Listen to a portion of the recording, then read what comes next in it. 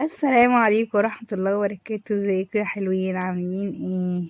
بسم الله. النهاردة هنعمل ايه ده؟ عدس عشان يدفي الواحد بقى في البرد اللي احنا فيه ده، رغم اللي فيه ناس مش بتحب العدس وفي ناس بتحب العدس، زي بنتي طبعا الصغيرة بتموت في حاجة اسمها عدس.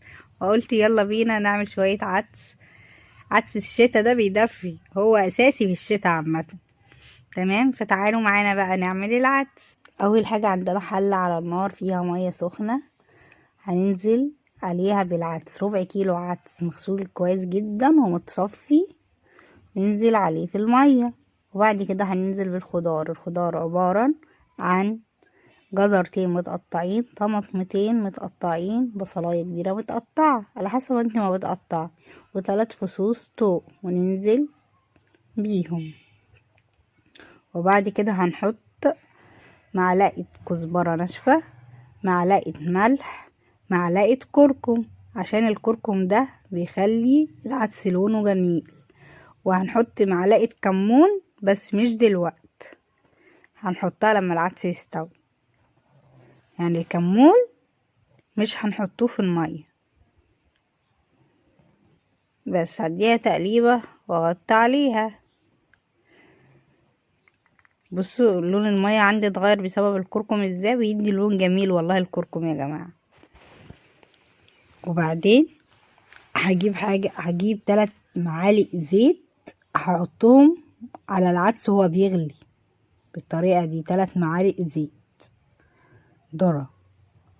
هتقولي ليه بتحطي الزيت وهو بيغلي؟ هقولك بيديله لمعة حلوة كده. وتيجي بقى نشوف العدس معانا عامل ايه. نشوف العدس استوى ازاي نعرف ان العدس استوى؟ هتاخدي حتة جزراية كده وتشوفيها استوت ولا لا. لو الجزر استوى يبقى كله استوى. بس بعد ما يستوي بقى هتضربيه في الخلاط او تضربيه في الهاند بلندر. وفي ناس لما بتضربه بتحب انها تصفيه، وفي ناس لا. انا مش بصفي العدس، انا بضربه كويس وبخليه معايا ناعم خالص زي انتم ما شايفين كده. بصوا مفيهوش اي حاجه، ناعم جدا. بس فهركنه بقى على جنب. ونيجي نعمل ايه؟ الشعريه بتاعتنا. عندنا 4 معالق من الشعريه على شويه من الزيت هنحمره. نحمر بقى ايه الشعريه دي، نخلي لونها حلو. والشعريه دي لما اتحمرت حطيت عليها ربع كوبايه من الميه.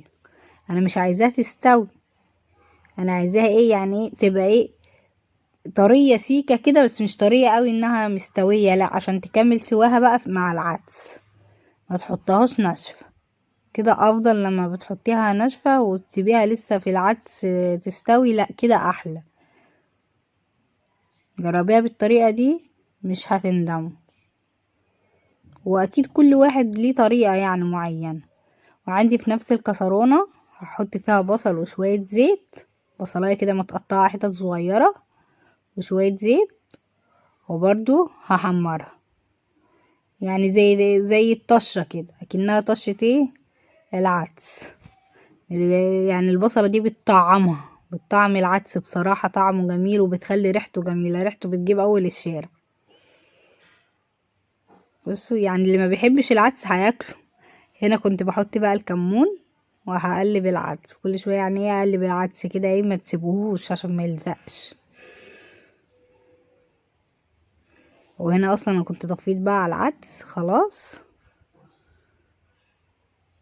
عشان هو كده كان تمام معانا. عايز البصله وخلاص، فالبصله خلاص هنا ايه تاخد لون بسيط. بس هحط بقى ايه العدس هنا كده. بصوا عملت زي الطشه كده.